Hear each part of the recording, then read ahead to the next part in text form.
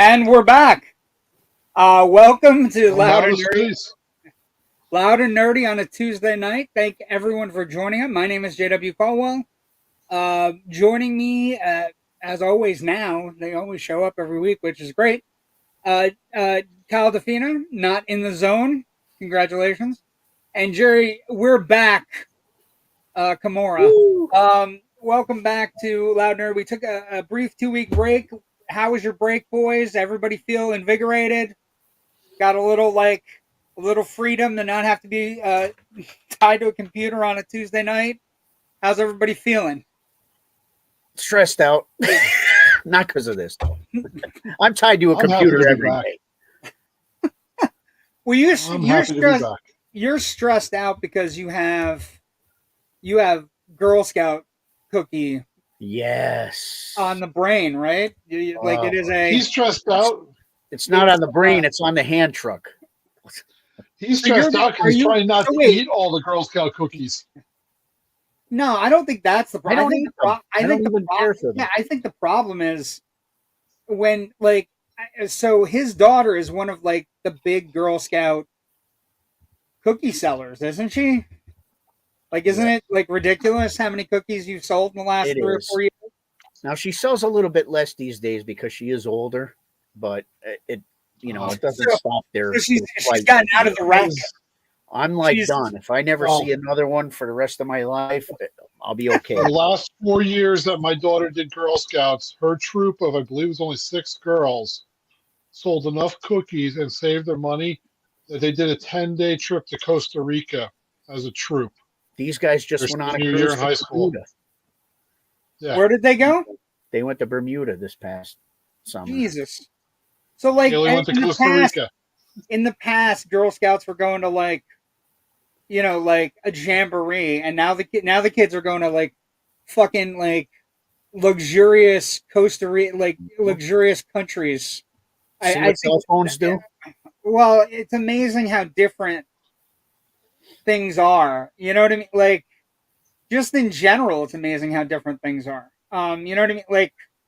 I would have been happy just going to Monster Mania. But yeah, Monster Mania, or but even that, it's still the kind of thing where you look up and you go, that's just it's a different. You know what I was thinking about? Someone's messaging me saying comments aren't working, but Jasper, I see your hoopla. Ask what Twilight Zone am I on? Testing. So where aren't the comments working? I see. Wait a second. That's what I want so wait a second. Maybe it's just because I haven't. So I didn't acknowledge them. Yeah, I didn't acknowledge them. Maybe that's what it is. Good evening, Joe Ridgely. Kyle Defina said hello, Joe. Hoopla. Which Twilight Zone are you on? We are on Perchance to Dream. And like Jerry, this is an interesting one. Jerry, I had never seen this one in my life. And now that I've watched it, it's I'm really surprised. But now that I've seen it, it's pretty fucking, it's terrifying. Do you know what it is? Do you know what it, well, we'll talk about it. But yeah, it's got very, and then there's a testing, and then there's, that looks like Jasper having a stroke. That looks like, okay, let's see. Good evening, friends. There's Ken. That's the one I'm always looking for. If we don't have Ken, we have nothing. So I thoroughly enjoyed my time off, but I missed you guys because we had some things happening in the last couple weeks. First off, moviegoing's back, right? Dune kind of brought moviegoing back. I think it is. You're not? Ghostbusters only doing 44 million. I didn't think that was that impressive, and that's exactly what it's right on par with the other one. The interesting thing about Ghostbusters, and this is something that has to change for the franchise. I mean, we're going to talk about it anyway, but so one of the interesting things that's happened with Ghostbusters Frozen Empire is, and it's the same thing that's kind of happened to Ghostbusters Afterlife. There are fans that go see it. That's us. We buy the shirts and the products, and we love the original. And For the most part, we didn't like the reboot, although I don't hate the reboot. I think the reboot has funny moments in it. I don't understand the hate. I know the hatred. I know why it gets the hatred, but I would hate as a Ghostbusters fan to admit that we hated it strictly because it was females. Because I think that's a ridiculous comment. Because for the most part, this generation of sci-fi nerds loves Ellen Ripley, loves Sarah Connor. Do you know what I mean? Like, it would pain me if this generation of Ghostbusters, if that movie failed just because of misogyny. That would kill me.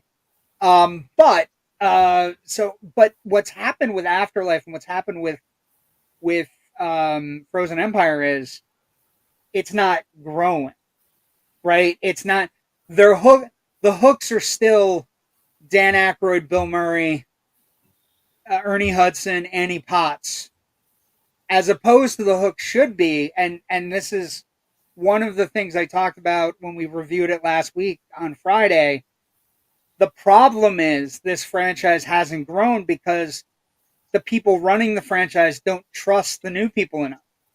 And coming out of Frozen Empire, I was like, why are we not trusting Paul Rudd and Carrie Coon? Why are we not trusting McKenna Grace? Why are we not trusting Finn Wolfhard?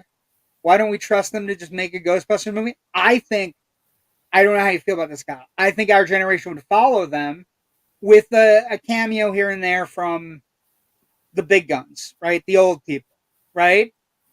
Part of the problem with Frozen Empire for me is that it relies a little bit too much on the old guys. Doesn't know, like, there's so much going on in it. It has so many characters and it's bulging at the seams. And the people that don't get the full effect are Podcast and Lucky get totally jobbed after starring in Afterlife, right? And that's where the problem is in the receipts. The receipts are very similar to Afterlife. So the franchise, they have to trust the new people, and they don't. They keep on going back to the well. They right went back to Slimer. They went back to the original Ghostbusters. They even went back to, but come up with something new. Sure. Come up with this generation Slimer. The villain, but Slimer hasn't been used like on the cartoon show. I thought that they did a good job in this one of at least incorporating him into the firehouse and giving him somebody that he's friends with, and then he gets a winning moment. I don't want to give any spoilers, but he gets a pretty big moment where he shows what side he's on, right? I mean, it is food, but it's a big moment. Well, it's still a big moment. I haven't seen the new one, but in the other one, they had the perfect opportunity to make a great transition when Egon pass the torch. The ghost. Yes. And passes the torch. Right. And the thing there is the interesting they set it up the right way. They did set it up. I thought Afterlife is a beautiful movie from a reboot standpoint, right? From a next gen sequel, right? It is a pretty great movie and it's rewatchable. Afterlife, I think it gets all the tones right. When the Ghostbusters show up at the end, it's pretty cool because they've been, like the call's been put out to them. But what I found with Frozen Empire is there's too many characters, so many characters, and there's not a lot of time for anybody.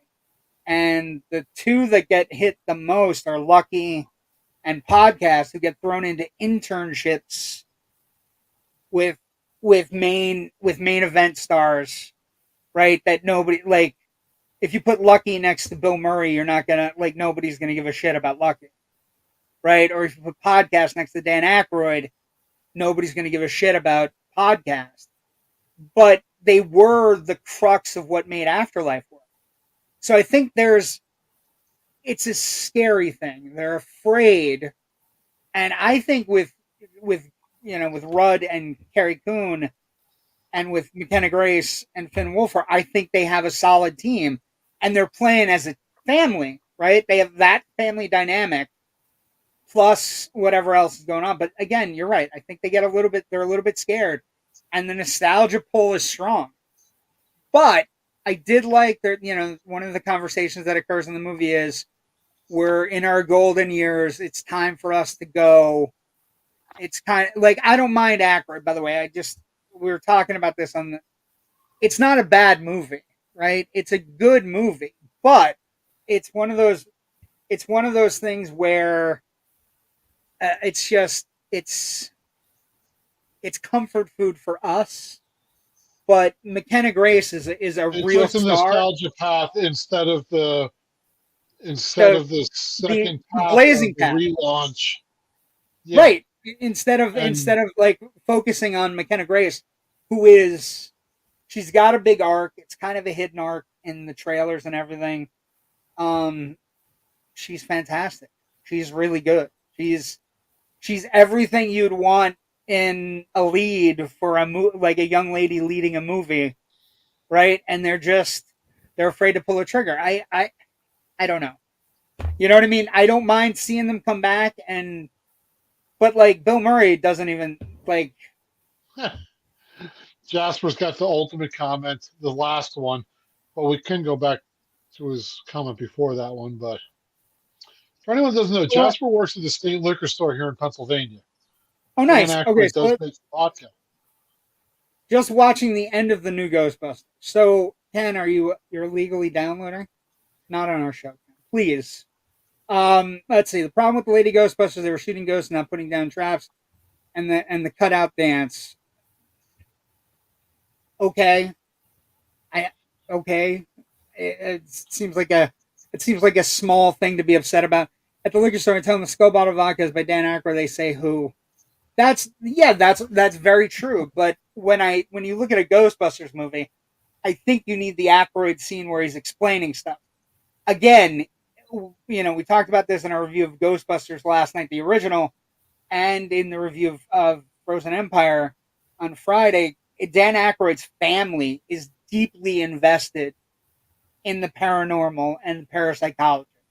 His dad held seances at the Canada farmhouse he lived at. He wrote a book with his dad all about parapsychology. So if Dan Aykroyd is there as the elder statesman that kind of explains the goings on through Ray's occult books, that works, right? It's just and I think actually, I don't know how you feel about that. I think I That would have sequence, rather seen Dan Aykroyd very little involved with podcasts going, wait a minute, I remember hearing something on one of the podcasts that he did. And then you see like him bring up and you just hear Aykroyd's voice explaining it. So you still get that from him, but it's it's podcast bringing it forward and advancing the new characters. well, and that's the thing. I think they're afraid. I think the filmmakers are afraid that the audience won't come with them. And I don't know how you feel about this, but as a Ghostbusters fan, I'm invested in the new characters. I like the new characters. I want them to succeed. But that's just one of the things. This is another thing that's making the rounds, and everybody's fighting about it. So let's talk about it. Let's get it out of the way. I watched this. Did you watch it? Now, did you hate it? Was a couple things. The acting was terrible. Sorry, the acting was atrocious. I don't know that the acting. Hold on, before we start, what medium is this on? Is this in theaters? Is this on a streaming service? This is on Amazon Plus. Okay. It was now. Here's the thing. Of course, when Amazon Plus signed the deal with MGM, the shirt's open. Of course, you liked it. Conor McGregor was just ridiculous. It was. I thought he stole every scene he's in. I loved McGregor. McGregor, like for me, McGregor had mad ape energy that we haven't seen in a long time. Mad ape energy. He's great. He's great. I swear to God, movie, Conor McGregor as Grape Ape. Well, no, but I swear, Jerry, if I say Conor McGregor has mad ape energy, doesn't that work with the review of this movie? Every scene he's in, he's walking around like an ape, like an angry, mad ape. Yeah. And I don't know if it's not good acting. I mean, it's his Back in introduction. the day, straight to cable. He's never been on film, so I just think. But don't you think, Jerry? Honestly, with the string of action films we've had in the last 5 years, except for like maybe the John Wick franchise, don't you think that if they offered McGregor a lead in an action movie where he had to go save somebody, he would have some? It would be fun. It would be like funny. That's fine. That works. I don't love the original Roadhouse. I respect its trash-tastic classic status. You should go to the comments on this. Let's see. Yeah, she's poking at it now. She's poking. Yeah, I liked it. Ashley's fighting. It kept me entertained. Jamie Hill. I think she's laughing at my mad ape energy. And that's just how I felt about him. Like every scene he's in, and he's like, it's not Grape Ape. It's more like it's more like Planet of the Apes. No, because Kong's a good guy. Kong doesn't have mad ape energy. Kong is sane ape energy. I don't know. Ashley said the guys were hot.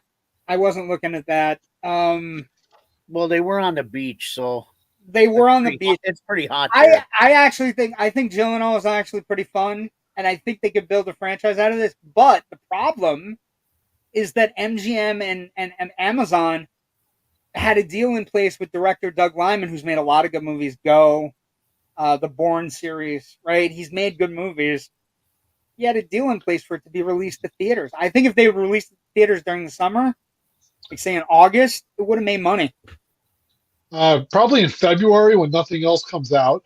But Jasper saying he still can't read the comments, but I think that's because some comments come in on different platforms, and whatever platform you're on, you can't see the other ones. She has that YouTube symbol. Yeah, Ashley's using YouTube. But Jasper, were you able to see Joe's comment about Roadhouse 2024 being terrible? There you go.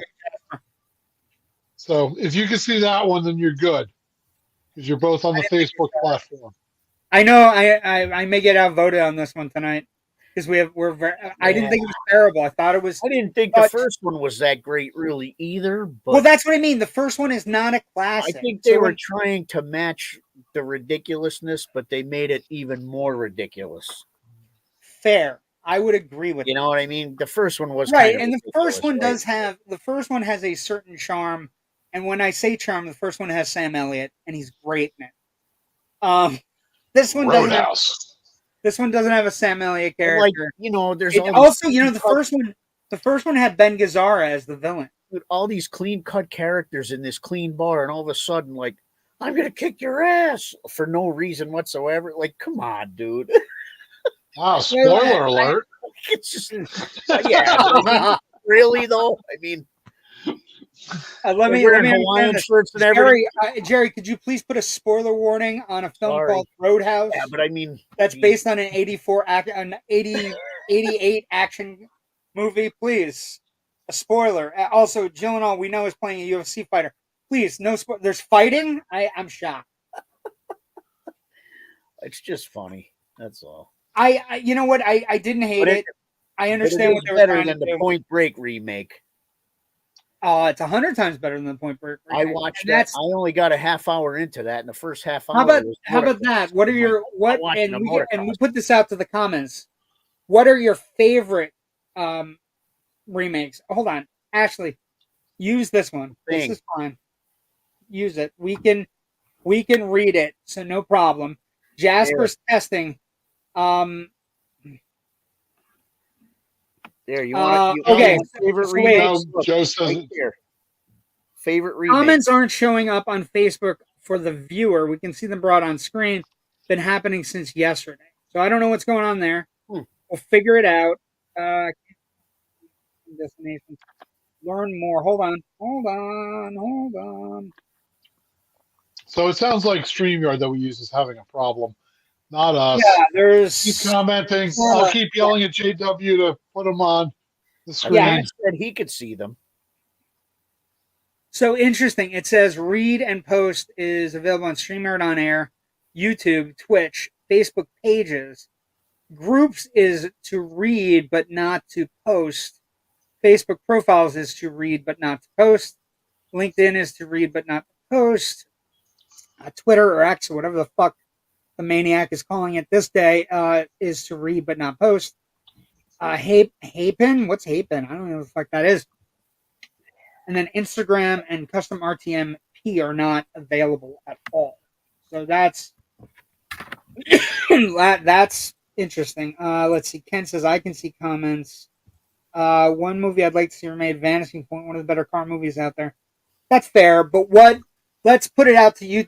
Yes, that is the gold standard. But in 1982, Jerry, You know what? when we were 8 years old, can you hear me or no? I can hear you. Okay. In 1982, the interesting thing is the thing was reviled. Right? I mean, it was reviled as it bombed at the box office. Classic. It got released 2 weeks after E.T. and just got crushed into oblivion until people discovered how great a fucking movie it is. And then I think that's one of the good remakes. This is the only time I'm going to say this about something Zack Snyder has made. I love the Dawn of the Dead remake. I think it's got a great. Jerry, you cradle robber. I got another one though. The Fly. The Fly is a fantastic remake. Cronenberg definitely understood body horror, and Goldblum and Gina Davis, who actually were a couple at the time, are fantastic on screen. Scarface. Scarface is a great remake of a 1930 movie. Let's see. The Blob. Yeah, I was born in 82. You guys are old. The Blob, 82. I'm sorry, wait a second. 82, that means you're 42. You're just as old as we are. Went there. You just got Jerry shanked in his sleep tonight. It's okay. I don't mind. I'm 1,500 miles born away. in the year of all the greats. 82 is a great summer. Then let's see. The cops are gonna find Jerry with Girl Scout cookies stuffed in every orifice. Blob, here's a good one, Jerry. The 88 Blob remake is really a good movie. That's a great and for Rich Dries and the Blob Fest that occurs in Pennsylvania, this is the first year that the 88 Blob was considered part of the Blob universe, I guess is the way. But that's a great version. And but Jasper, remakes like all these. like I'm trying to think of remakes that that have kind of like hit with people and they actually like them. I mean, is Wonka a remake? It's not. It's a new story, you know what I mean? But it's well, the Johnny Depp prefer the remake of the Blob over the original. Yes, Ken, but let's not forget that the original Blob has Steve McQueen and a truly amazing effects sequence with the theater. You know, I'm not going to lie. I like the King Kong one. Jessica Lange. You like the Jessica Lange King Kong? I would also say the Peter Jackson Kong. That was good, 3 hours. Really well done. Pretty amazing. Here's a topic for you. When Disney remakes their cartoon movies into real life movies like Beauty and the Beast, is that a remake or is that a new movie? Live action. It's a live action. It's a live action remake. Yeah, pretty much. I hated Little Which Shop one of does Horrors. that go under? Wait a second. Ken, are you saying you hated the musical Little Shop of Horrors? The Rick Moranis one. Oh, the remake movie. The Rick Moranis one's a remake. You got to remember, in the original one, wins. I know the original one, Roger Corman. I liked Invasion of the Body Snatchers with Donald Sutherland. That was a good one. The Invasion of the Body Snatchers is a great remake of it. But the 50s version is really good too. Yes. The same thing about the Thing. Different. Right. Like the 50s Thing is pretty damn great. James Arness is the monster. He's fucking 7 feet tall in the fucking black and white doorways. It's he doesn't do the shit that the cool, I don't agree with that, Ken. I think the Little Shop of Horrors musical is It's a pretty spectacular movie. Also, Ken, I would ask, have you ever seen the original ending? Have you seen the ending that until recently was kept in wraps, but basically it's all the sprouts coming down and attacking all the major cities? So look for that. That might change your view of it. But I think but here's the thing that I think is important when we have reboots like Roadhouse, right? If it leads you to go watch the original again, isn't that good too? Like, not all reboots are great. Oh, actually, you know what? I forgot a reboot that I definitely want to talk about because we're getting close to Kingdom of the Planet of the Apes. The Planet of the Apes remakes, the new Planet of the 3 Planet of the Apes movies that have already been out in the last 7 years are fantastic movies. They are eminently watchable, and with enough. They got big ape energy. I didn't say big ape. I said mad ape energy, and yes, depending on the apes. But what they have is smart ape energy. They're intelligently written. They're well done. I'm really looking forward to Kingdom of the Planet of the Apes. And what you're saying about theaters, Marky Ape sucked. the Marky Mark. Let's wait a second. Let's not blame Wahlberg. Let's not blame Wahlberg. I'm just seeing a fucking Marky Mark music video with them all in their underwear with their all Planet of the Apes background. all I picture is the dude going, yeah, locked in the. I don't think, but that movie is not Marky Mark's fault. I prefer a much like the Tim Burton apes sucked. Marky Mark doesn't deserve. You know what movie we watched the other day on fucking Netflix that's still fucking terrifying? And my wife loves it because she loved Mark Wahlberg in the day. And I still think she, again, with what she's got, of course she likes Mark Wahlberg. But there's a movie on back on Netflix in kind of a rotation, is this movie called Fear, which is Mark Wahlberg and Reese Witherspoon. And it has the wild horses sequence on the roller coaster where he's, finger banging Reese Witherspoon, America's sweetheart, on the roller coaster. And it's just, it's got William Peterson from To Live and Die in L.A. There's a movie. That's a good movie. That's a great fucking movie.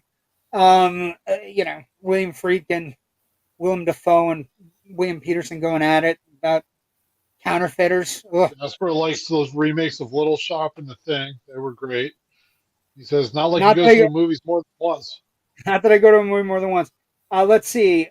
Okay, hold on. Oh, we have more. Hold on.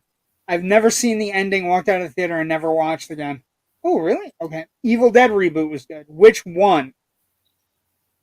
Well, because we've had the Evil Dead one. We've had two, though. Well, but he's probably talking about the newest one, not Evil Dead 2, which is a remake. Well, Evil Dead Rises is the latest one, but the Evil Dead reboot with the kid from oh god, she's a young actress, but yeah, but the one that was at, I think you're talking about the one that was at the cabin, right? Like the cabin one, and the car was there. That's what I think he's talking about. Little Shop and The Thing were great, seen over 10 times. Yeah, I mean the thing you can rewatch just to try to figure out. Have you ever sat down and watched The Thing, either one of you, and try to figure out when people are getting infected? Like always watch. Like every time you watch, you're like, when does Wilford Brimley get infected? Right? Is he infected when he shoots the gun and has the axe? Does he get thrown out? Does he get thrown out on purpose? The Marky Mark Ape sucked. Yes. Let's see what else we got. Not that I go to a movie more than once. Not where to hit that one. The girl ape can't say who she looked like, but they tried. It was Helena Bonham Carter. Evil Dead 2. I think Jasper's saying Evil Dead 2 is a remake of Evil Dead 1. Yeah. And that's technically true, but technically a sequel. Cape Fear remake was better than the original. The The remake was pretty good though. The remake's great, but what I disagree with is the remake is really dependent. First off, you're absolutely right. The Cape Fear remake is fantastic. Also, interesting storyline. If you're a nerd and you want to hear something fun, the interesting thing about Cape Fear is that Spielberg was going to direct it, but he traded with Scorsese to get a little movie called Schindler's List. So they traded. They had rights to different movies that they both wanted, and Scorsese traded Spielberg Schindler's List, and Spielberg traded Scorsese Cape Fear, one of his favorite movies that he grew up on. And it worked The out. thing about the remake that I would say is it's very dependent on the De Niro crazed sociopath performance, and I love the Mitchum performance. The Mitchum performance in the original is laid back, low key, still sociopath, still scary, but not overtly dangerous. And when he says, I love the Mitchum version, not Rises. Okay. Are you saying you didn't like Rises? Because Rises was pretty No, good he too. meant the other one. I know. Reefer Madness, the musical. Then we also get Invasion of the Body Snatcher 78. Again, Jerry brought this up. Fantastic movie. Wonderfully made. Terrifying, well done, scary, and the one of the great horror endings. The Simpsons Cape Fear was better. Actually, I have a better parody Cape Fear. Well, I don't know. Both Cape Fears are pretty good. I have them both in my collection. But there's a better Cape Fear parody out there for you people. There was Ben Stiller had a television show. And Ben Stiller had a comedy television show. It was like a sketch show. And he did Cape Fear, but he did it with an older Eddie Munster. So again, it's a high concept, satire. But again, the thing about reboots like Roadhouse, where everybody gets either up in arms or they don't make them like they used to, or whatever the fuck they're going to say this week. You know what I mean? At least they're making people go back and watch the original or buy the original, or because that's also what happens whenever a reboot or remake comes out. The original gets super cheap to buy, so you can just go and like buy it for like $5 or rent it for $2 and watch it. Ocean's 11 is a great one because that is absolutely true, because the Sinatra version it's cool, but it's also lame. You want to feel really bad about yourself though now? The cast of the Ocean's 11 remake is now going to be remaking Cocoon. Are they really remaking Cocoon? No, it's just how old they are. It was a joke. Jesus Christ. I was gonna say Cocoon. I was gonna say to you, Cocoon is due for a remake. That's a great movie. It is. Cocoon's It is, great. and the cast of Ocean's 11 is right in that age range now. Well, Wilford Brimley wasn't that old. Wilford Brimley was in his 40s when he made Cocoon. I know, but he looked like he was 70 from the time he was 35. The only Ben Stiller, diabetes. Wilford Brimley was always old. Only Ben Stiller movies I like were Cable Guy and Tropic Thunder. Jasper, no Reality Bites? You don't like Reality Bites? Pretty great movie. I know Joe wants to talk about this. I am looking forward to The Crow this summer. So one of the other things that happened during the Roadhouse reboot is we finally had The Crow. Well, why? What do you mean? Because the original was made in the 90s. And there's been tons of comic books since. You know somebody was going to take a shot at this particular brand. So I think we're going to get to Ken in a moment. Ken's got another open up a can of worms that we're about to have. But what I'm saying, I agree with Joe. I think the trailer looks pretty good. Is it Brandon Lee Crow? No. But can they blaze their own path? And is the kid who's playing is Skarsgård a good actor? Yes. So maybe it works. How many crows came after the Brandon Lee one already? 2, but they were shit movies. They weren't major. but they were terrible movies, and they weren't, nobody took them fucking seriously at all. So like The Crow is the only thing, And I and think more, there's still going to be some major pushback for this one. sure, there probably will be, but what I think Joe is saying, Joe's read the comics, and I think the interesting thing here is there may be pushback, but this is a story that hasn't been told 100 times. It's only been told once really well. And the thing is, that movie so great, or is it great and infamous? I think it's a little bit of both on that one, right? It's not only what did they make a pretty great supernatural revenge movie, but the idea that people went to see it because they wanted to celebrate Brandon Lee, who was becoming a megastar. He was on his way. Like, if you think, like, the one that I saw that where I said Brandon Lee's going to be a superstar, Showdown in Little Tokyo. Is that not one of the greatest video VHS rental movies of all time? You watched that? I thought you were going to say Rapid Fire. Rapid Fire too, but they're both great movies, right? He was well on his way to be an action star in his father's footsteps. Okay, Superman and Batman remakes. What's your favorite? Okay, I don't like the Superman remakes. Oh, this is a foible I have had since Man of Steel. You didn't like Superman Returns? Really, but I didn't hate it. I don't hate it, but there is a very craven trying to be Christopher Reeve when you're not Christopher Reeve thing that did no justice to Brandon Routh and his career. But right? is the fact that you don't hate it, is the fact that they came out and said, this is the movie that if 3 and 4 were never made, this is what should have been? And I you're don't. like, yes. I like Superman Returns better.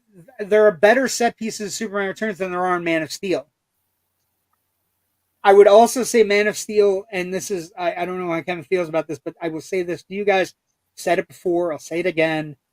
Man of Steel gets crushed under the weight of the decision with Pa Kent.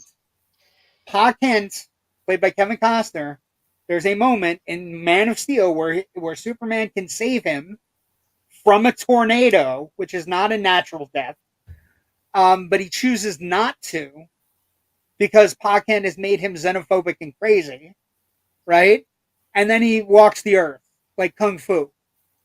And my problem has always been with the Man of Steel remake is that Superman should not have these burdens.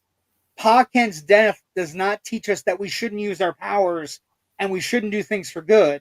Pa Kent's death is supposed to be Superman realizing he can't save everybody. So the moment you put a burden on him, then you get So Man what of you're Steel. saying is with great power comes great responsibility? Spider-Man. Yes. Very good, Jerry. That's fine. Very That's good. fine. Glad But you what got I'm it, Jerry. saying to you is Superman can't be burdened with that stuff. He can't. He's always got to be good. He can't be burdened with, oh, God, I could have saved my dad, but I didn't. Now I feel guilty about it. That sucks. But Superman's always got to be the ultimate Boy Scout. And if he can't be the ultimate Boy Scout in 2 places at one time, that bothers him. Yes, that should bother him. That's why it's great. Yeah. But if and that's why it worked for Christopher Reeve. Batman remakes, I like the Batman with Pattinson. I think it's well done. I think they're stylish. I mean, the Batman remake that you have to go to is Batman, the Dark Knight, right? I mean, that's probably the best version of Batman, probably the best version of the Joker we've ever had. Hold on now. Like, with Batman remakes, are we talking it's the original Michael Keaton one, a Batman remake from Adam West? Or is that the Batman that we're basing the Patton remakes off of? Well, God, there's so much. Well, then if that's the case, if that's what I choose Batman 89. Keaton. You choose Keaton all the time. All the time, every day. Remember to lock your guns away. Hold on. Didn't they try a Crow TV series? Yes, it was bad. The Highlander great movie remade into a TV series. We're getting Highlander again. That's happening. There can only be one TV series, people. What the fuck? First Highlander was great. Everything else was Chris like, and George Reeves remakes too. Sure, if you're talking Jasper, if you're saying you want to go with serials, you know what I mean. Everything's going to be a remake. So I would say Batman '89 and Superman '78 are my two touchstone. Um, Superman Raised by Two Robin Hoods. Man of Steel, not a fan. Superman Returns, I prefer that over Man of Steel. Me too. I think Superman Returns. There are great moments in Superman Returns that I'll give you an example of like a moment that every Superman movie should have. That I think the shuttle rescue in Superman Returns is top of the line Superman. You know what I mean? Just everything that Superman should be. Getting the shuttle into space, then catching the plane in the center of a baseball field, and he rips off the door, and he's like, "Well, safest, flying is safer than using a car." Shit, that's my like that works. It's very Christopher Reeve. Let's see. Pa Kent should have let the dog go. Joe, Jesus Christ. All Superman had to do was fly around the world or kiss you to make you forget. Okay, so yeah, I mean that part of Superman the movie doesn't work, but everything else up until that point is pretty great, right? I mean, you can't fly around the world. Also, Jor-El isn't appearing in the clouds, and but if we're gonna quibble, I'd rather have Glenn Ford having a heart attack on the Kent farm than Kevin Costner motioning to his son to stay away from the tornado, not just to save him, but because I don't want anybody to know you have superpowers. Like, fuck Superman that. 2 was my favorite. Well, Superman, yes. But one could argue, Jerry, that Superman the movie and Superman 2, as you know, Jerry, are one long fucking movie Well, of that course. were cut into two, and various pieces have made it, like, depending on which version you've watched on television or whatever. Let's see. From this point on, Batman or Spider-Man, skip the relatives' deaths. Well, yeah, but Spider-Man, that's a whole can of worms. Because I mean, the Tobey Maguire Spider-Man is great. Spider-Man 2 is better than Spider-Man 1. Listen, Electric Company Spider-Man was no joke either. Fighting the Yeti, very important. Very important fighting the Yeti. And do you remember what he did to fight the Yeti, Jerry? On a web? No, okay. Well, he always spun the web at the end. It was one big giant web that was like, and then the guy was stuck to the wall. But there was one version of Spider-Man on the Electric Company where he fought the Yeti, and Spider-Man had to buy a series of ices and put them on the ground. That's and right. And the Yeti sat on them, and he kept on because he was trying to find. I guess he was trying to keep his ass cold, because it was reminding him of home, right? And then, Spider-Man caught him on a web and then sent him back to, the cold, I guess. Where's my giant? Oh, Jesus Christ. Why did you say Martha? Fuck that movie.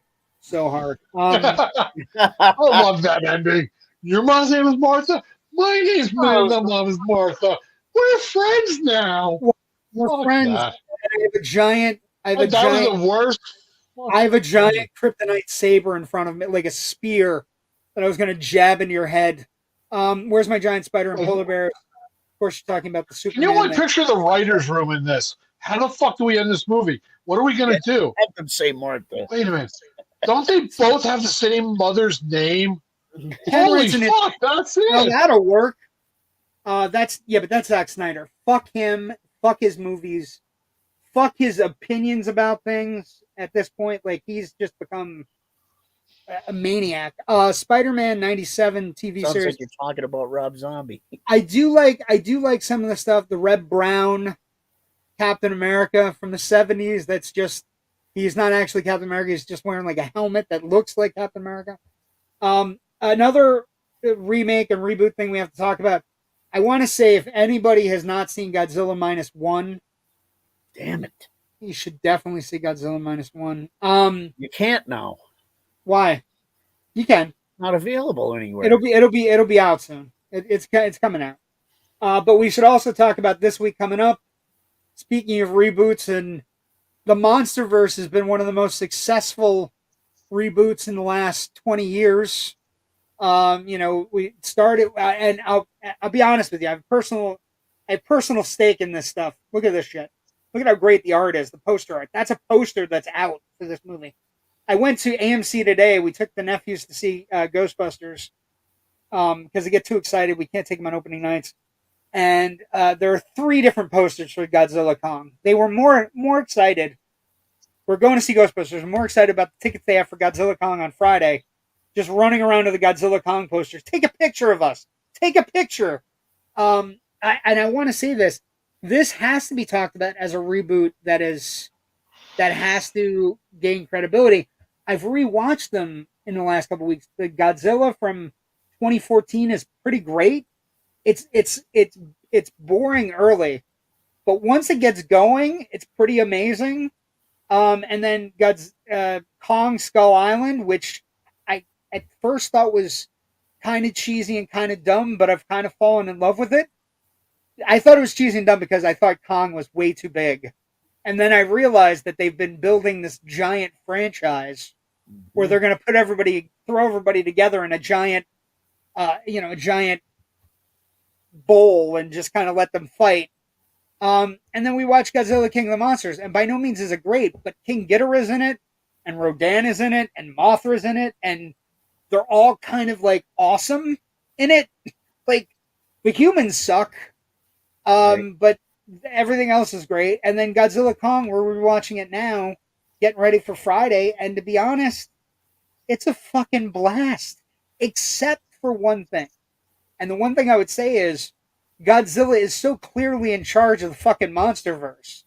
He's like the Roman Reigns of fucking the MonsterVerse because he's beaten Ghidorah, Rodan, everybody is bowed to him, and then he beats the fuck out of Kong in the movie until they start fighting together, and then there's kind of like respect. Right now they're like a buddy cop movie. Go ahead. What's your question? Yes. Or comments? I was just acknowledging. I was acknowledging Roman Reigns. Fuck that. Don't acknowledge him. Don't acknowledge him. Why? You just did. I didn't acknowledge him. I just said it's more of an insult to the writers of Godzilla vs. Kong. That Kong gets no wins. It's more of an insult. Also, did I tell you I got no fight with somebody? Did I tell you I got no fight with somebody at the Royal Rumble? So I was in the handicap row, and there was a person in front of me, and he turned around, he started screaming at me. All I'm picturing is an episode of fucking South Park when Timmy gets into a fight in the wheelchair. Yeah, it's perfect. It's perfect. The guy turned around to me, and he goes, acknowledge your tribal chief. And I said, why don't you fuck right off? And he goes, what do you mean? He goes, acknowledge your tribal chief. I'm like, he's not my tribal chief. I tell you what, and then I said, and this is an honest to God wrestling answer. I'll acknowledge him when he wins a match without 7 people helping him. There we go. Okay. Let's see. What do we got? Wrestling is nerdy, folks. Wrestling is nerdy. It is very nerdy. Have you seen the Japanese Spider-Man with the flying robot? Hasn't everybody? Don't you have that robot, Jerry? Saw that poster, thought it was for Planet of the Apes. Jerry's got many robots to service his needs. Yes, he is. He has a Roomba that you would not be believed. Did you see? I love you long time. Jasper, I haven't seen Shin Godzilla. I've heard it's really good. My one friend said it was really good. I don't know that anything I see now will be as good as Godzilla -1. Godzilla -1 is, for me right now, is the monster movie, the kaiju movie that's top of the line. Even though people are gonna have to read subtitles. King Kong sits on a giant toilet with a surprise. Jesus Christ! I was elected to lead, not to read. I don't know. I read everything because people get pissy when I don't read their comments. Okay, so we've come to the part of the show. We have 2 things. We have 2 segments we do every week until Kyle decides he wants his own segment. Kyle just kind of sits and leads us into other things. But the first segment we're going to do tonight, we're going to do... That is my segment. Just a demon... Being fucking annoying. Yeah, that's Where the great. Okay. Where the fuck did he lead us today? That's the segment. Oh no. So it came from Jerry's basement in 3 dimensions. So Jerry will give us a movie that is available on Tubi, so everybody can watch it. I And saw this episode of SVU.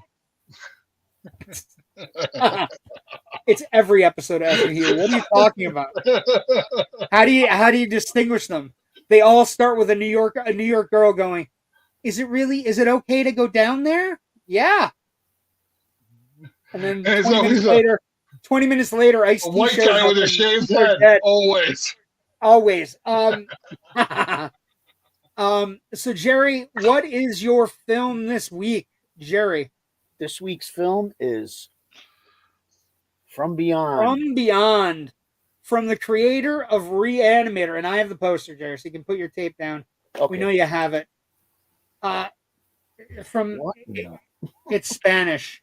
Nice. Sorry, I didn't realize it was Spanish. I wish I had that one. It's a good one.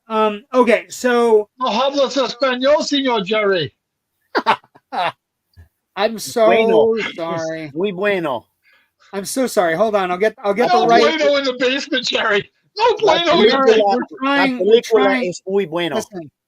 Listen, we're trying to get more, more contemporary. We're trying to work. I think this is how we get canceled, actually. No, this is not how we get canceled. Yeah, because we put the wrong poster. But okay, so basically, in the 80s, right? This is from 1986. It is a great movie. It is one of the movies from the 80s that kind of goes along with Reanimator, is what I would say. Right? It's just and basically the plot goes something like what, Jerry? What's the plot of this movie? The plot is that there is a scientist and he builds a machine that taps into your hypothalamus and you can see things that you couldn't see. Other dimensions. And he opens up a dimension where those things can now see you, and they're not so good things. Yeah, they're not great. The tagline, by the way, that we couldn't read in Spanish is "Humans are such easy prey," and it's an H.P. Lovecraft tale, so you'll only see white people in it. That's an H.P. Lovecraft joke, not an '80s movie joke, but it's from the same guys that did Reanimator. It's Stuart Gordon, Brian Yuzna, and Jeffrey Combs, who was on a tear. He made Reanimator and he made this. And he quickly became one of the great 80s film icons. It's available on Tubi. It is a wild watch. It's called The Resonator, is the machine. Yep. And basically, it gives him a third eye as well. He develops a little, worm. We like worms. Right. We're a worm faction right now with Dune. But it's a great horror film. And it especially goes with Reanimator. If you've never seen Reanimator, right, and or Bride of Reanimator, Barbara Crampton was in Reanimator. She's in it. Ken Faree is in it from Dawn of the Dead, the original. It's got a great group of 80s character actors in it, and it's a really well done. It's like a really well done follow up to Reanimator. They got on a Lovecraft kick, especially if you're out there right now and you're playing Call of Cthulhu. Or you're playing, any of these games where, people are getting third eyes and figuring out what's in the fourth dimension of things. It's a fantastic movie. A couple comments. Let's see. Kong finally speaks. I'm getting too old for this shit. Maybe. We need a Kyle's Corner segment. For what? He doesn't do anything, and he doesn't watch anything. He's too busy. Hypothalamus. It's a real grant. Actually, I started watching House of Villains last night. House of Villains. Okay. It's all like villains from reality shows, like 10 of them that live in a house and they're competing for money. That's it. It seems like perfect whorish behavior, right? 10 villains, like we go into a house for money and just be mean to people. Yes. First episode was fun. Yeah, but at least they all know they're going to backstab each other. Is that something growing out of your head, or are you happy to see me? It does look like a tiny penis. You're not joking. And there it is. There it is. Boom.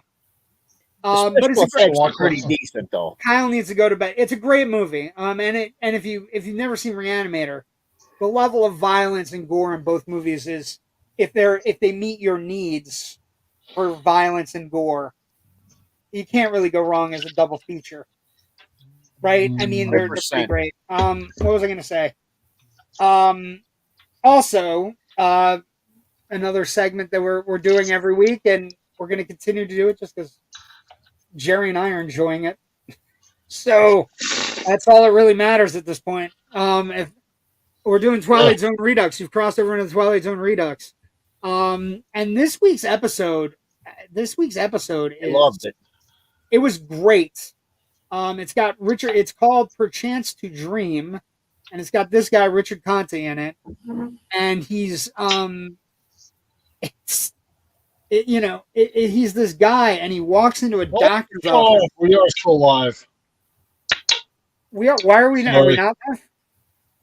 No, we're live. Sean, he just saw us late, so he's like, "Oh yeah, hey. you're late. Just saw you were live." Hello, I was brother. acknowledging. Yeah, no worries. I was acknowledging our audience chief. Yeah, just saw you live. You were live. Hello, brothers. Hello, Sean. If Kyle can make JW and Jerry yawn, he wins. No, making Kyle yawn is it like my favorites are the hidden yawns. He yawns where he goes like this, where he goes. Hides them, kind of eats them. I thought today was Wednesday. People are having that effect since daylight savings time. Everything's fucked, and I just think we should just get rid of daylight savings time. I agree. I think we should just get rid of it. It is right now, and that's yes, it. Every day, and just deal with the extra hour of daylight, and realize that when you're getting up, you're not sending your kids out in the darkness, and when they come home, they have about an hour to go outside and do whatever the fuck they're going to do, ride their bike or play or something, so they don't develop, seasonal depression. I don't want to come home from work and put my pajamas right on because it's dark. It's bad. But the episode is called "Perchance to Dream," and it follows. This is the opening tagline for it. Opening narration: 12 o'clock noon. An ordinary scene, an ordinary city. Lunchtime for thousands of ordinary people. To most of them, the hour will be a rest, a pleasant break in a day's routine. To most, but not all, to Edward Hall, time is an enemy, and the hour to come is a matter of life and death. So basically, it follows this guy, Edward Hall. He goes to see a psychiatrist named Dr. Elliot Rathman. And the doctor is played by John Larch, who's a Twilight Zone repertoire player. Richard Conte plays, who some folks may know. He was a character actor, but he was in a lot of, he was in Ocean's 11, oddly enough. He's also in The Godfather. That's one of the big things he's really known for. But a lot of movies, in the 40s, 50s, and 60s, and worked for Universal in the 50s. Hollywood Story, Sleeping City, The Raiders, The Fighter. He was in a lot of fucking movies. But he plays like a guy who basically goes to see a psychiatrist because he has a heart condition, and he has been told by his doctor that the heart condition, if he gets a shock or if he's surprised or if he's scared, if anything happens, too many shocks will cause his heart to stop, and he'll have a heart attack and pass away. So he goes to see the doctor because the doctor doesn't actually, he's been referred, and so the whole he sits down on the doctor psychiatrist couch and starts talking about how he's been dreaming, and when he dreams, he sees a specific face or person in his dreams.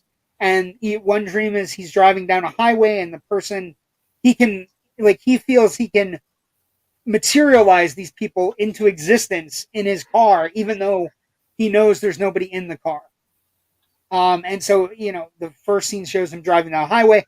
It's dark. He almost he does crash. He sees the face in the mirror.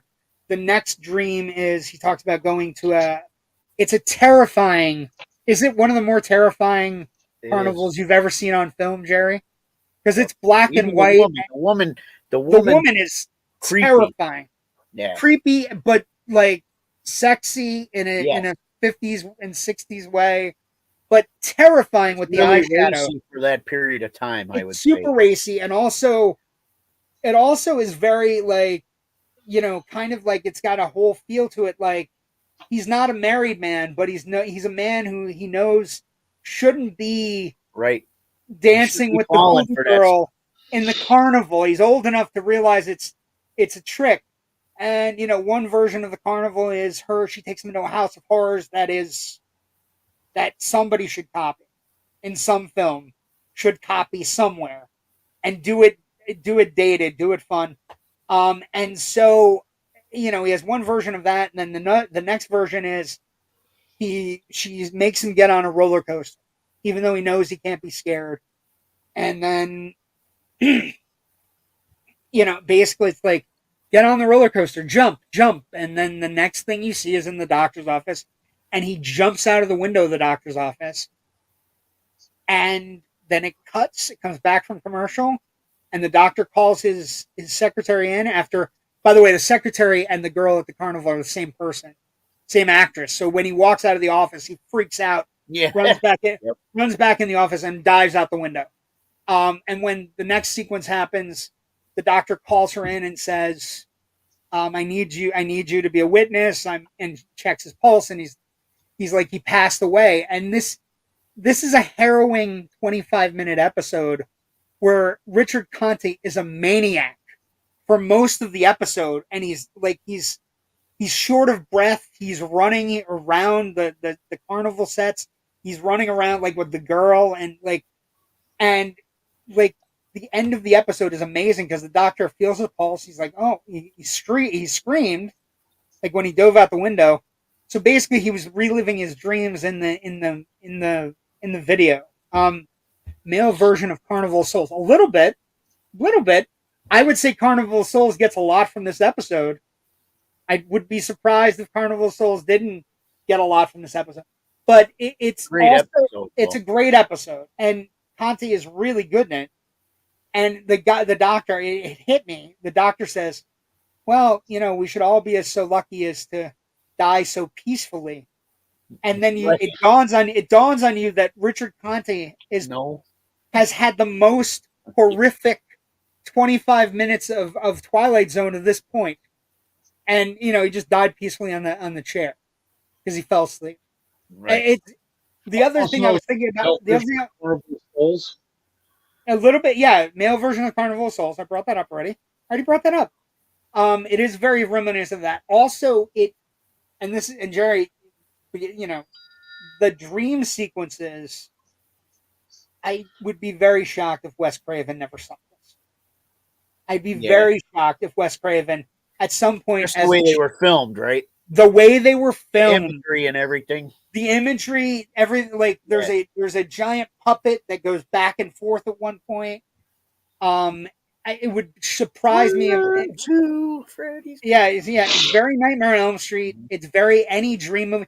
You know what other movie I was thinking of, and it's an '84 movie as well. Dreamscape. Celebrating its 40th anniversary. Yes. There's the poster.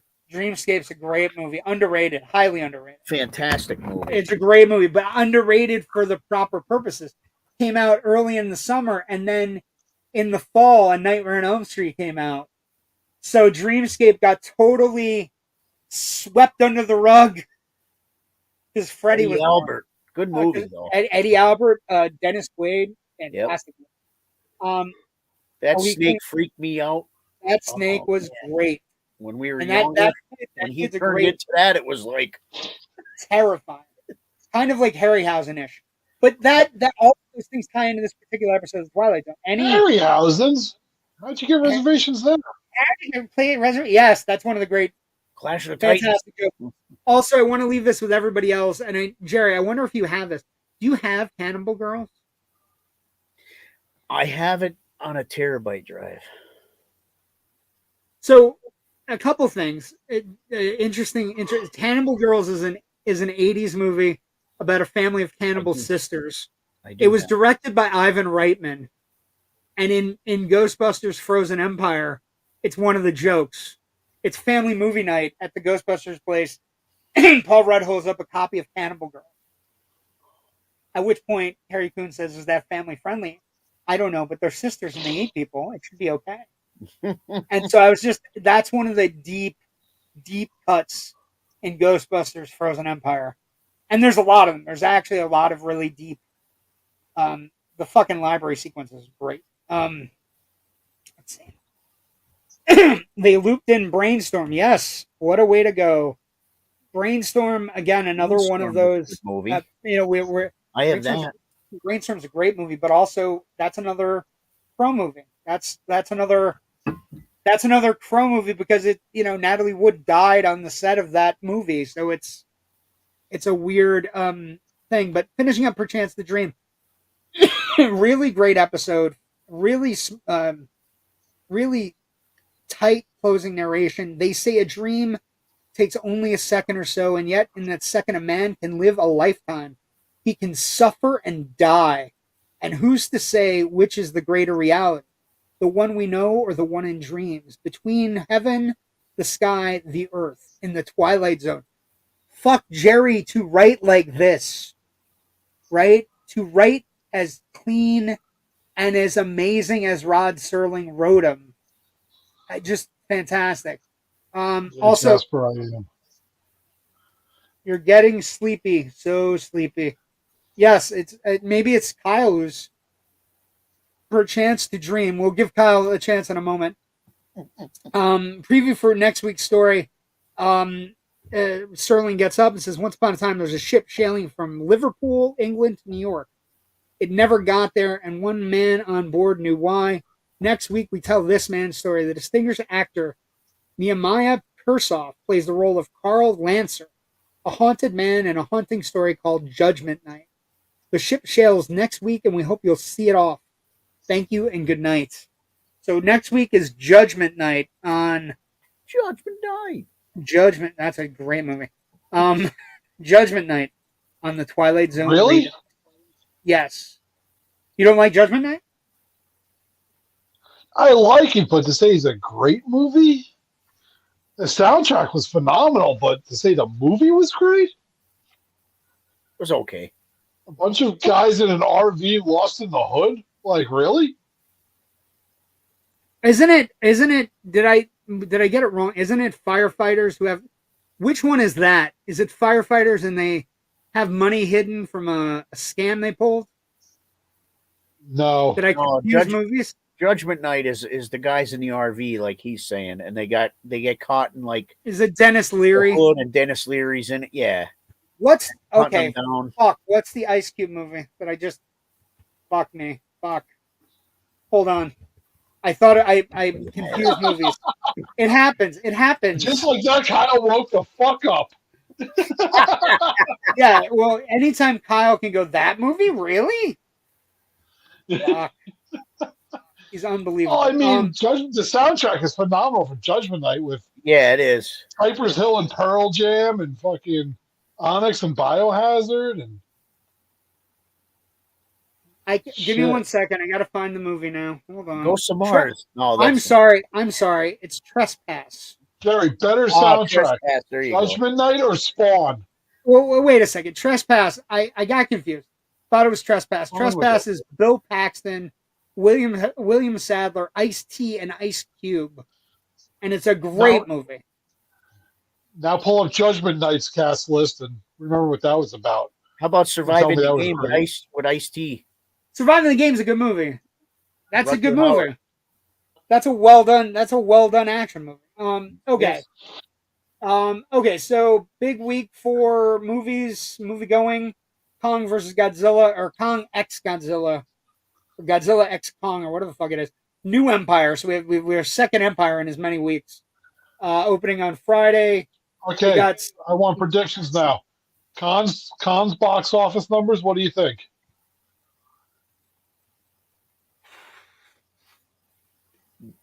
Let's say 32 million. You think 32? Bigger 32. than Ghostbusters. No, it's gonna be higher than 32. It's gonna be in the 50s or 60s. Really? And It's going to Ghostbusters be is higher than gonna. Ghostbusters. It's definitely gonna be higher than Ghostbusters. Okay. It's And then my gonna second drop. question: Ghostbusters how much does if Ghostbusters drop off? like 60%. I agree. So you're Even saying Ghostbusters will be under 20 million? yeah, Okay. it's not a good matchup for Ghostbusters. Two things are going to happen this week for Ghostbusters. It's going to lose all its premium screens. It's going to lose IMAX, Dolby. It's going to lose all of its premium screens. Any premium screen anywhere is going to shift to I Godzilla want to and go to Kong. Ken's comment. Does Okay. Ken really think that Kong is going to be the family movie on Easter that everyone's Yeah, it going to be is. like, come on, kids, let's just It really? is. It is. We have a 6 and a 7-year-old. Here's what I'm going to say to you: the Godzilla Kong movies, like they're PG-13, but they're not. There's nothing offensive in them, and it's just giant things hitting each other. It's very reminiscent. Remember Time Bandits? I like little things hitting each other. Now we like big things hitting each other. Bandits was great.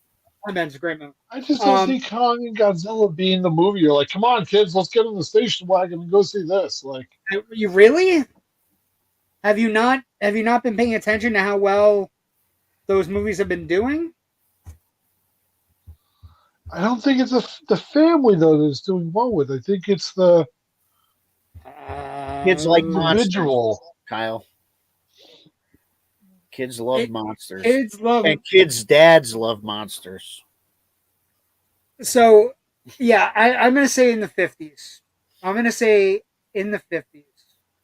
Also, I do want to point out it has a better shot.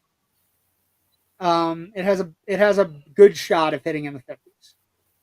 And although 4-day weekend, I don't know how they do it in Canada, but Easter Monday is not a holiday for us. Just not. People go to work. It's Yeah, but we actually, all of our kids in Volusia County, Florida, go back to school on Monday the 1st. So, April Fools go to school. did you get the Slimer bucket? No, I did not. I got the ghost traps, and I got ghost traps for everybody. But then everybody said I don't actually want them, so I'm in a weird spot. I have to kind of hawk them on. No, On eBay. I'm gonna get you the money. I'm gonna get you the money. Don't worry, just everybody's got to realize it is what it is. I'm okay. Shame Abigail is coming out the 19th. Why is that a shame? If it's a good horror movie, it'll do well. And that particular movie is by the same guys that did Scream, the 5th Scream and the 6th Scream, and they're good. Like radio silence. Nev Campbell will be back for the next Scream. Yay! Because they fired the one girl and Jenna Ortega. They got rid of everybody else. No, they didn't get rid of her. Jenna Ortega's priced herself out of it. Well, they all left, but yeah. Yeah, Jenna Ortega's got to film Wednesday. If you're saying, hey, do you want to do the Scream movies that you're doing okay in, or do you want to do the show with Tim Burton that is crushing Netflix into knots to put on? Or do you want to do the only show that Netflix has greenlighted for a second season in the last 7 years? Ever. It is a perfect kids movie. There's Orange is the New Black. I would also say to you, like the headlines about Godzilla Kong are, "Hey bunnies, get out of the way! Godzilla Kong and New Empire hitting this week." Also, to put in perspective from a money standpoint, Kyle,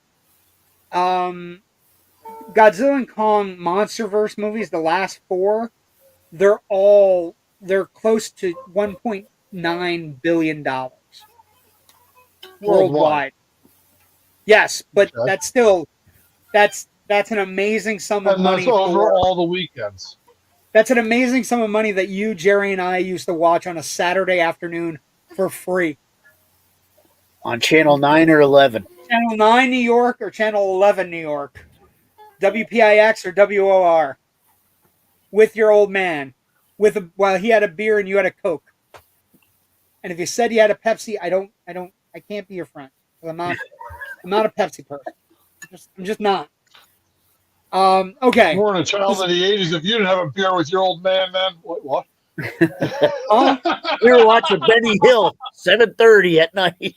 7:30, Benny Hill. Okay. What do we got going on, fellas? Jerry, Slapjaw the band. You got any big gigs coming up? April 20th at the Moon April Ballroom. 20th. Moon Ballroom. You're going to get me a poster so we can put it up, right? Yes, Eclipse Fest. It's called. Okay. What about you, Kyle? What do you got going on? Just resting or sleeping or ignoring stuff to watch, or what are you doing? Not watching Twilight Zone. No, I saw Ghostbusters. I'm watching that Deal or No Deal Island, the first two episodes. I don't. Traitors ended well, although shockingly. Traitors ended as well.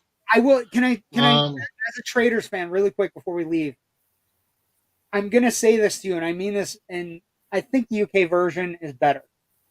The UK version, is better because it's all real people, and I feel, Kyle, I don't know how you feel, but I love the UK politician on there. Oh yeah, he was great. But every week I watch this show, Kyle, I come out of it and I say to my wife as we're watching, this show causes more trauma than I've ever seen in any reality show. Reality shows cause trauma all over the place, but this show, it seems like it breaks people. Like it just smashes your psyche and just, I desperately want to play. I think it'd be a good trainer. Anyway, let's see. It's amazing with all the Godzilla movies. Tokyo is still standing. It's not standing in -1. Jasper, when -1 comes out and you guys get to see it, I can't wait to talk to you guys about it. But I have nothing going on. But you can find me, JW the Movie Guy, Facebook, Twitter, X, whatever the fuck Megalomaniac is calling it. You can also find us on all these places. Facebook, YouTube, Instagram, Threads, TikTok, IMDb, and X. If you like the show, if you decide you want to be part of our network and everything that's going on, by all means, like and subscribe to the channel. It's a good thing that, it takes 5 seconds to like and subscribe to the Indie Escape Network. We also, of course, have the Facebook page, Indie Escape Network Facebook page. I think that the comment thing is, if you watch it on the Indie Escape Network page, you'll see the comments. But if you watch it on the Loud and Nerdy group, you don't see the comments. That's possible. I put it everywhere just so everybody has a chance. But maybe like the Indie Escape Network Facebook page. That's a good thing. That's what Facebook's doing, though. That may be what they're doing. So, what does that teach us? Like the Indie Escape Network page. It teaches us that while they talk about Twilight Zone, Kyle researches that kind of shit on his other screen. That's good. I like that. That's perfect. That's amazing, Kyle. I appreciate it. Thank you for joining us tonight. Also, last thing we're going to say is glaucoma kicks all their asses. Oh, that's what Kamora. Kamora. Glaucoma. From Beyond on Tubi. Are you creative? Have a new indie movie trailer and a commercial? Email to us. We'll play an upcoming Indie Escape Network show free at theindie.escape@gmail.com. Send us something. We'll play it on the show. Thank you for joining us tonight. Last comment. Who gets it? Who gets the last comment? Of course, it's Jasper. Thanks. Have a good day. Thanks, Jasper. He let us all know from work at the liquor stores that Crown Royal had a limited edition Black Cherry available yesterday at most of the stores. So. Black Cherry or Blackberry? Blackberry, actually. Blackberry, you're right. I'm sorry. But yeah. Well, somebody's got to save you, Kyle. Somebody's got to help when you're feeling slippy. Thank you for joining us tonight. Everybody have a great week. Go see Godzilla Kong. I'm saying over 50. Kyle says 30. 32. We'll see what happens. Have a great night. 32. Give me a $2 million credit. 48.